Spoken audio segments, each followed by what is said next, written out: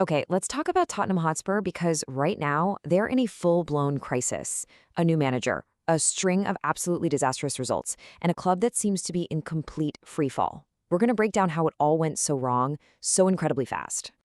And believe it or not, this all happened in just 4 matches.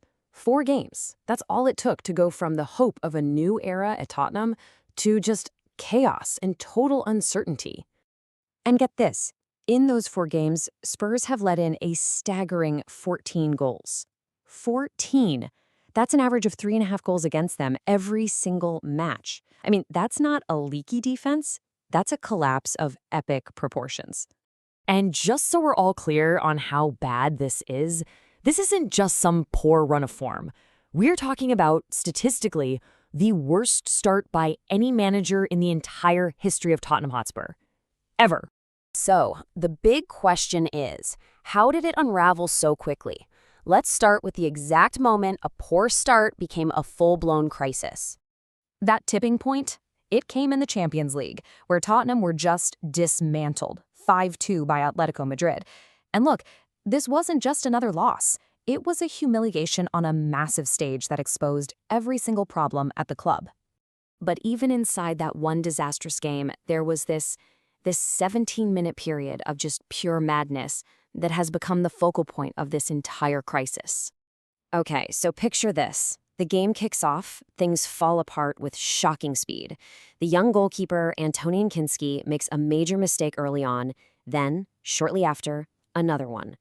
Before we even hit the 20-minute mark, his manager, Igor Tudor, makes the stunning call to substitute him. By the 23rd minute, Spurs were already 4-0 down. It was a complete and total meltdown.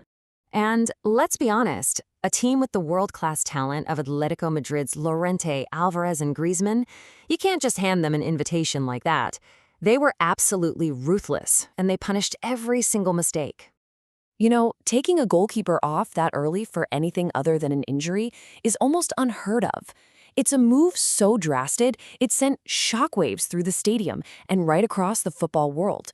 This was not a normal tactical switch. And this brings us right to the central debate.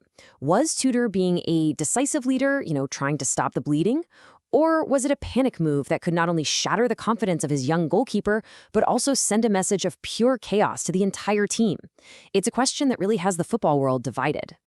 And as shocking as that one incident was, it's really just one part of a much bleaker picture of Tudor's time in charge so far. I mean, the numbers here are just damning.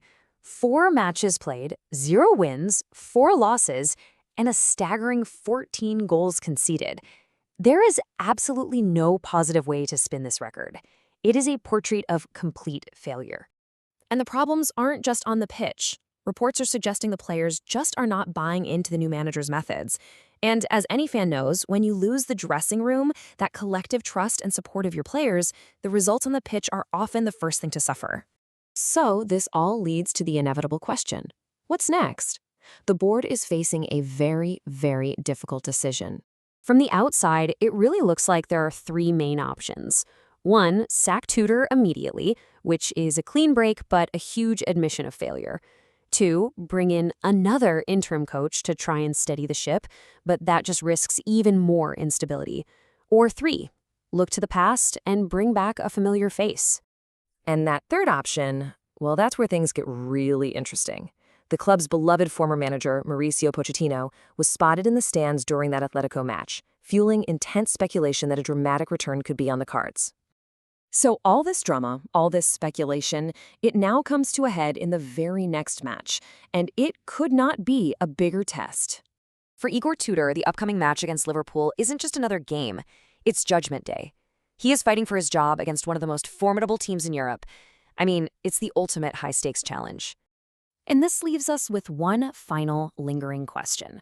Will Igor Tudor's time at Tottenham end after just 4 games? If it does, it will go down as one of the shortest and most disastrous managerial reigns in the club's entire history. And for a club with such a passionate fan base, that is a legacy no one wants.